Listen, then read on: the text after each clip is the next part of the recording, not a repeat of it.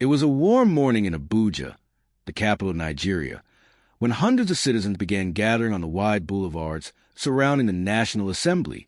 What seemed to be a peaceful demonstration called for the release of Nnamdi Kanu, leader of the Indigenous People of Biafra, quickly became a tangible reflection of the deep tensions that traverse Africa's largest democracy.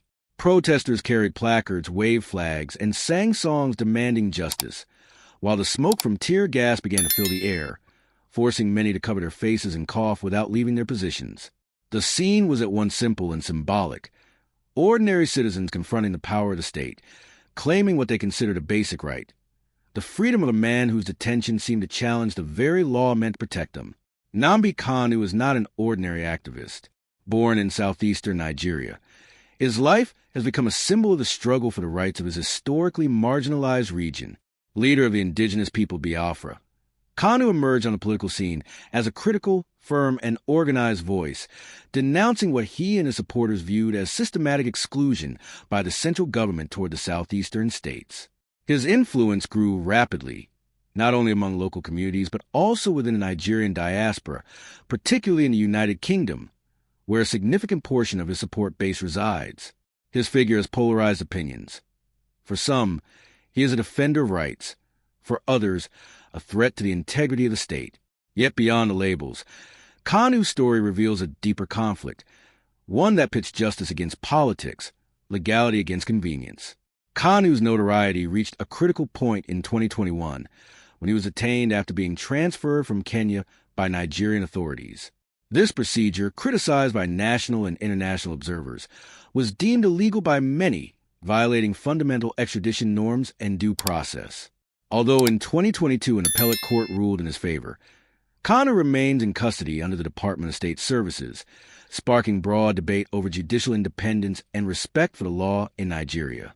The continued detention, beyond any court resolution, reflects not only an institutional failure, but also a political tension that permeates Nigeria's power structures.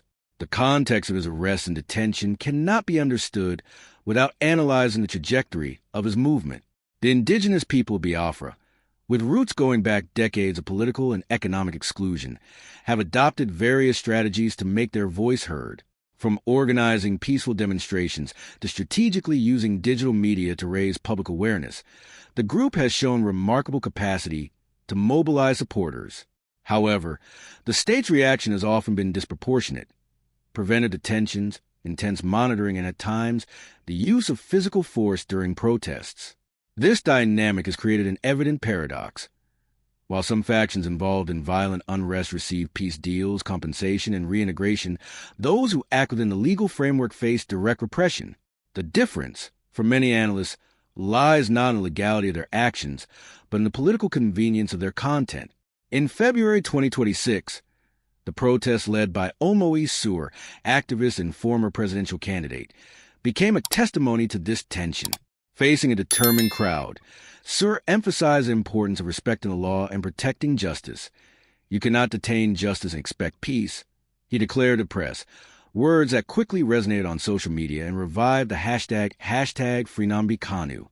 Protesters, including students, workers, and professionals, stood firm in the face of repression, ignoring tear gas and threats of arrest. The demonstration not only brought visibility to Kanu's case, but also opened space for reflection on the nature of the state, the legitimacy of its institutions, and the ways they respond to citizens' demands. To understand the implications of this event, it is necessary to examine the institutional response. The Nigerian government, through the Department of State Services and the National Police, adopted a containment approach, attempting to disperse the crowd without provoking a large-scale direct confrontation. However, the mere deployment of forces, the use of tear gas, and the intense surveillance of protest leaders reflect a recurring pattern in the country's recent history, a preference for coercive control over dialogue and negotiation. This approach has drawn criticism from international human rights organizations, which insist that prolonging detentions without judicial basis undermines public trust in democracy and questions the impartiality of the legal system. Kanu's case also highlights the complex relationship between politics and justice in Nigeria. The detention of an opposition leader under controversial circumstances, despite a favorable judicial ruling, underscores the fragility of the separation of powers and political pressure on the judiciary. Legal experts have noted that keeping Kanu in custody not only contravenes fundamental legal principles, but also sends a troubling message about the selective application of laws. In societies where institutional credibility is crucial for stability, such contradictions can erode public trust and fuel internal divisions, even among communities that until then shared a sense of national unity. Kanu's story is not limited to the national sphere. It has reached a continental dimension. In Africa, where struggles for justice, equality, and political representation are ongoing, his case symbolizes a battle for respect for individual rights against state power. Human rights organizations, both African and international, have expressed concern over persistence of arbitrary detentions and the lack of compliance with judicial rulings. The message is clear. Stability and social peace cannot be sustained if justice is partial, and democracy cannot thrive when citizens perceive the state as selectively applying laws, favoring political interests over the law. Analyzing the evolution of the protest reveals a significant social phenomenon: active citizen participation. Unlike episodes of violence or unrest, this demonstration showed a commitment to legality and justice, turning mobilization into an exercise of civic education and political awareness. Local and international media documented the gathering, showing images of determination, organization, and resilience. Media coverage created a multiplying effect. Nigerian communities in the diaspora began replicating the protest through digital means, organizing debates, forums, and awareness campaigns that reinforce the narrative that the fight for justice transcends national borders. Kanu's detention has also reshaped debates on security and stability in Nigeria. Intelligence experts point out that the management of the protest reflects a classic dilemma: how to balance the preservation of public order with the guarantee of fundamental rights. The strategy adopted by authorities, focus on the physical containment of protesters, reveals limitations in the state's capacity to provide political solutions to legitimate demands. This raises questions about the effectiveness of national security when tensions arise from perceptions of injustice rather than concrete violent threats. In other words, physical security without social justice creates apparent stability, but undermines cohesion and institutional trust in the long term. The historical background of southeastern Nigeria adds further context. The region has experienced political exclusion, economic underdevelopment, and intercommunal conflicts dating back decades, including the brief Republic of Biafra in the 1960s. Kanu and his movement did not emerge from nothing. They are the product of accumulated historical, economic, and social frustrations. Ignoring these roots only partially explains the dynamics of the conflict, and assuming that immediate repression can replace structured dialogue and recognition of rights is short-sighted. The February protest is, in this sense, both a demand for the release of an individual and a broader call to reconsider how the state engages with all its communities. Politically, the case has generated significant repercussions. Opposition parties, activists, and international observers have used Kanu's example to question the integrity of judicial processes and the independence of state institutions.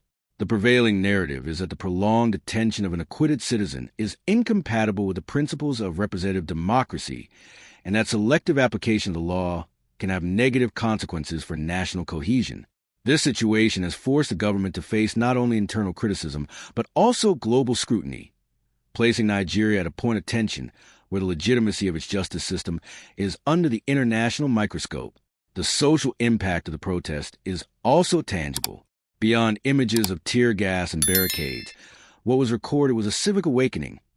Citizens aware of their rights, willing to exercise them peacefully and challenge decisions they consider unjust.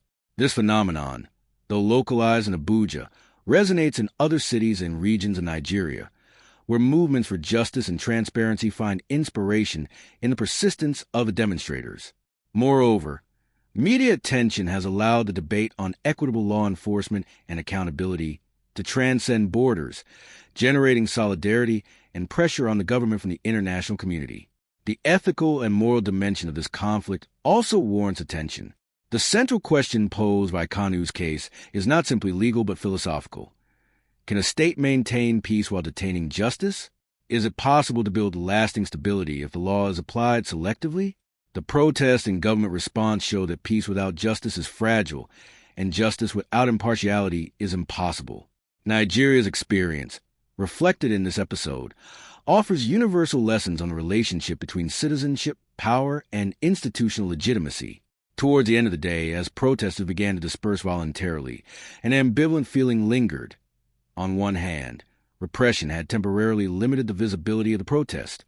On the other, citizens' determination and global attention had amplified the message in ways that no coercive act could silence.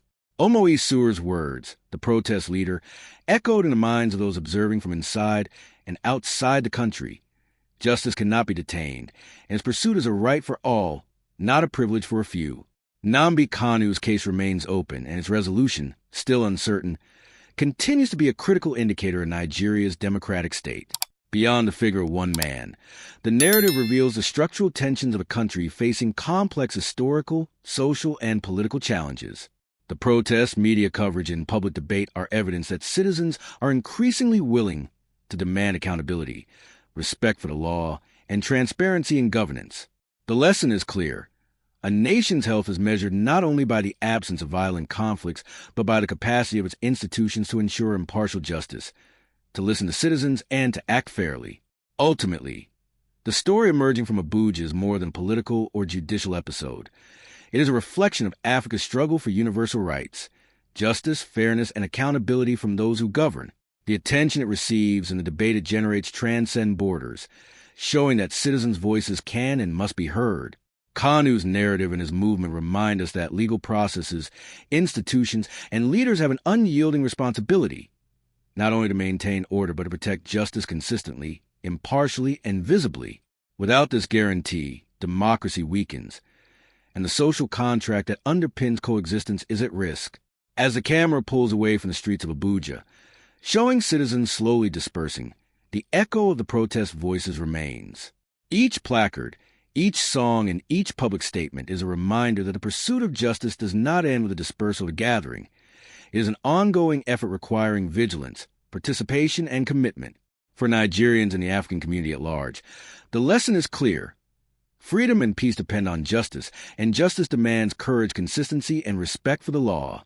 African Focus reports will continue following these stories, because more than informing, it is a reminder that democracy and fundamental rights require constant attention, and that the pursuit of justice knows no borders or time. Nnamdi Kanu's case is a mirror reflecting both the weaknesses and strengths of a nation, and following it is not just journalism. It is an exercise in historical and political awareness, an invitation to reflect on what it means to live in a state where the law is not a tool of convenience, but a framework of fairness that protects everyone. Every citizen, in every corner of Nigeria and Africa, has the opportunity and responsibility to participate in this dialogue on justice, transparency, and rights. Kanu's story demonstrates that as long as voices demanding justice exist, the possibility of a fairer future remains open, and the hope for a true democracy stays alive.